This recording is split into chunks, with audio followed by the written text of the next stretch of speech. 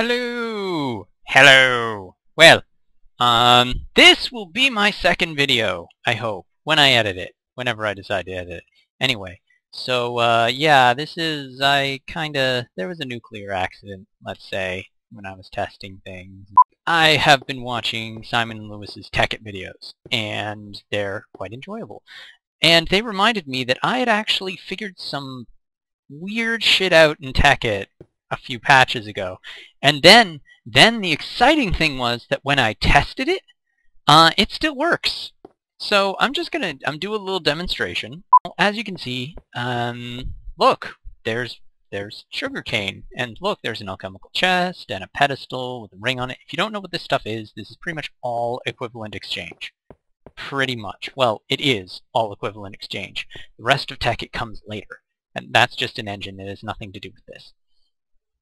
Nothing to do with it. A pedestal makes a ring always active and adds some additional features. For instance, a goddess ring pedestal means that plants will grow higher in the area, and when it's active, plants will grow really quickly, and they will auto-harvest. They'll fall to the ground.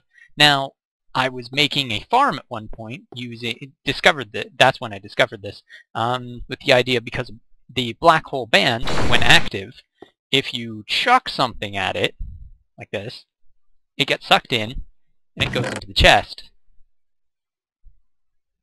Yeah, there was a little bit of a lag spike there. Apologies.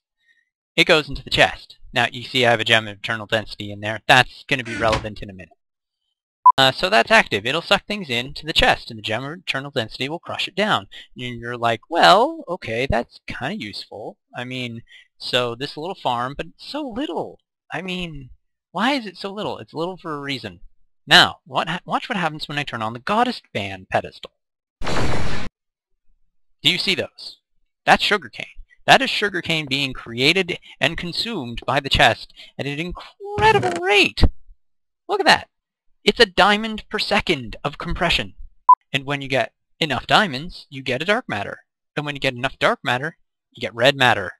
See? As far as I can tell, it's a bug. Now, maybe it's in the normal game with 3 high. I've never tested, because with 3 high it's kind of irrelevant, because you'd have to put a block in the middle and nothing grows. But as you can see, because it can be 5 high, because of the pedestal, 1, 2, 3, 4, 5. The thing is, it seems to think, oh, it's 5 tall, so I can harvest it, because there is 4 blocks above the base one. Every time it pops up, it's immediately harvested, immediately goes in there, and it never takes off the top. It seems to be told to harvest at down there, like harvest from the second block. And, you know, with the way that sugarcane works, that would knock all the rest of them down. But these aren't connected, so they don't fall, so it's an internal thing. Look, I have a red matter.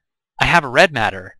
It's been, like, a couple minutes, and I have a red matter already. Now, I needed dark matter to make the pedestals and the items, but I didn't need any red matter. Now, I'm going to turn off the goddess band, and as you can see, it immediately stops. No harm, no foul. If you activate this without that on, or if the chest is full, like I didn't have the compression thing in, you will crash a server. You will. You might not crash it instantly. It'll probably take about a minute of running at constant speed and you staring at it for the server to go WTF and die, but it will crash a server if you don't set this up correctly. Only 7, you might be asking, because even if I put an 8th one in, even if I made that a piece of water and put one more here, it's too fast. Eventually the chest fills up with sugarcane without the red matter, like, it fills up, and then once it's full, it can't absorb anymore, lags out the server, everything dies. Now, the thing is, I only need this one pedestal here. It has a reach that goes to about there. Now, there are probably more efficient designs than the one I've done, but I'm going to expand this design a bit and add a couple extra features, and I'll see you shortly after that. Okay, so as you can see, I've added 2 more sections, identical to the first one, to the sides. I've also added something underneath that I'm going to demonstrate shortly. But first, I'm going to show you how I make these. Now, as you can see, first I dug out trenches. You probably can tell from the design. What goes there? Namely, grass. Then you put water. Then you put reed, or sugarcane, or whatever you want to call it. I actually changed the design very, very slightly. Namely, I lowered the chest. I lowered it. That makes it cooler, right? I lowered the chest.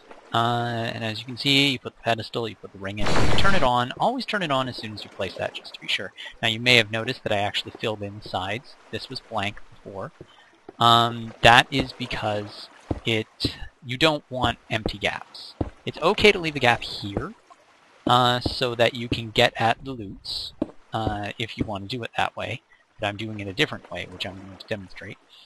It's okay to leave a gap there, but it's that the different black hole bands, they kind of interfere with one another, and there's a bit of confusion sometimes about who is pulling what, and it's a tug of war, and that can be disruptive and cause lag, and you just don't want it.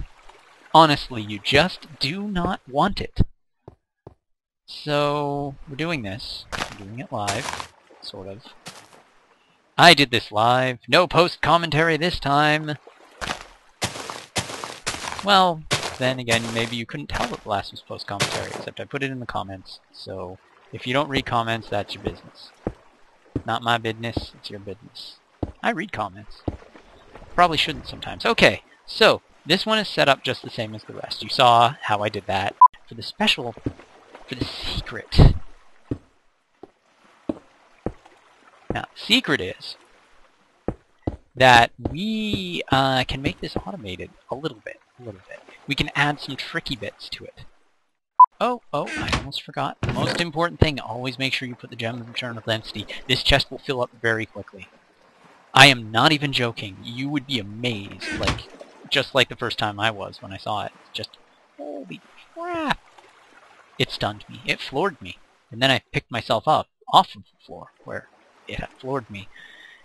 And I realized how to do what I had done. So as you can see, gold pipe, powered, redstone engine. That's all you need. This is a simple pump. Have to select something that isn't that. Okay. And red matter filter. Ta-da! That's pretty much all you need. I need one of you. Thank you. As you can see, it's all sealed up. It's all self-contained. It's all ready to go.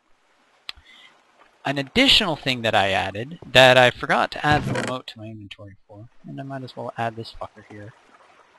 He's a fucker. 'Cause swearing's cool! And, yeah. So, you see what I did here, on this red matter block here, I added a transmitter. I'm going to be honest with you, I do not like these new wireless redstone transmitters. It only outputs in that direction. Whereas the other ones were a block that gets powered, so you could connect it to whatever you want. But anyway, rant over. The remote is tuned to the same frequency as that. When I right-click the remote, it sends a pulse, which turns this on. When I right-click the remote again, it sends a pulse, which turns this off. I don't want to stand here when doing that, because of lag, and because I might accidentally vacuum up some of the stuff. Now, the pumps are pumping out red matter as it is created. It gets shot out, it gets pulled out slowly, and then shot out by the powered gold tube, the stone tubes just in the middle, and the advanced insertion tubes are just in case a bunch of them happen to occur at the same time. I don't want them popping out down there. What does all that mean? Well, all that means that I can do this. I can take... You don't need to be there. I can take not a condenser. I forget what this is called. What are you called? A relay. I can take a relay. I can put an advanced insertion tube here. I can put this tube here. I can get a different block so I don't place another tube, and tune this to the same frequency. Make it receive. And, as an additional visual aid, this is a Klein Star Omega. Okay? It has 8 points on it. It has just enough points on it that it has a power bar underneath, that you can see how much it is charged. Okay? Okay. I have a relay sitting here with Klein Star Omega, but nothing to power it. What am I going to do? Well, first I'm going to take my remote, I'm going to click it. And as you can see, all of that just got chopped off. And as we get closer, it animates.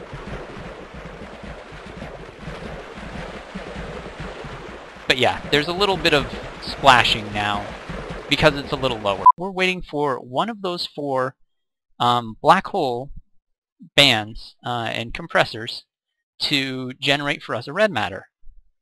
You see, I actually worked out that this charges, I don't remember the exact multiplier, but it was 30-something times the most efficient power flower design in equivalent exchange. I can charge a Klein star omega in a matter of hours, and it's not even double digits once that gets going, and it is going. But yeah, see? Watch it charge. See how much that red matter is worth? This is 1, 2, 3, 4, 5. That is 6 digits right there. 5 digits, 4, 3, 2, 1. It has charged, it has charged almost 2 million. Since this is all ranged, and since, yes, I do have a world anchor over there, so that will always be powered. That will always be running, no matter where I am. It'll calculate out, and it'll send it. And it'll just keep shunting things in here. I don't even need to go near it. The other thing I'm going to demonstrate is, what I would do, were I you designing this, I would hide this thing. I would hide it somewhere where no one would find it, where you know where it is and no one else does. And you know what I would do? I would encase it in this. This is a diamond pick. I will never get through this block. Well, I might, but it will take hours. You're like, oh, well, equivalent exchange. Yeah, I'll just make dark matter. Okay, this is a dark matter pick. This will eventually get through. I don't remember. It takes minutes of standing here holding the button. The only thing that gets through it in efficiency is a red matter pick. Ta-da! It's very simple, though, if you wanted to. I mean, if you wanted to, you could just put a chest right here, and then the insertion pipe, half the time, half of them will go in there charging, and half of them will go in here into a chest. And you can just retrieve red matter whenever you want. But if you have a Klein star omega charged, do you really need chests? You can make this. But anyway, so as you can see, this is horrific. This completely, it makes energy generation trivial. You can do it really easily once you get enough dark matter to make, I'm going to back up a bit because that's noisy. Once you have enough dark matter to make the necessary items, you can do it easily. You can make one of the quadrants pretty cheaply, relatively. Just need some dark matter blocks and relevant rings. And then, yeah, once you have one quadrant going, I mean, I've already produced 2, 3 red matter, and then you just need a few more, and you can have the energy to easily make the rest of the stuff. It's not hard. The point is, this is almost cheating, but it's totally legal, but it is exploiting. So it's up to you whether you use it. That's about all I have to say. So, I hope this was educational, and I hope you enjoyed it. And yeah, if I were you and I designed this, I'd fucking hide it. I would hide it, and I would never tell anyone I made it, and I would disguise that in a power flower. I would build a fake power flower around that. Just so that people didn't realize my horrible cheaty secret.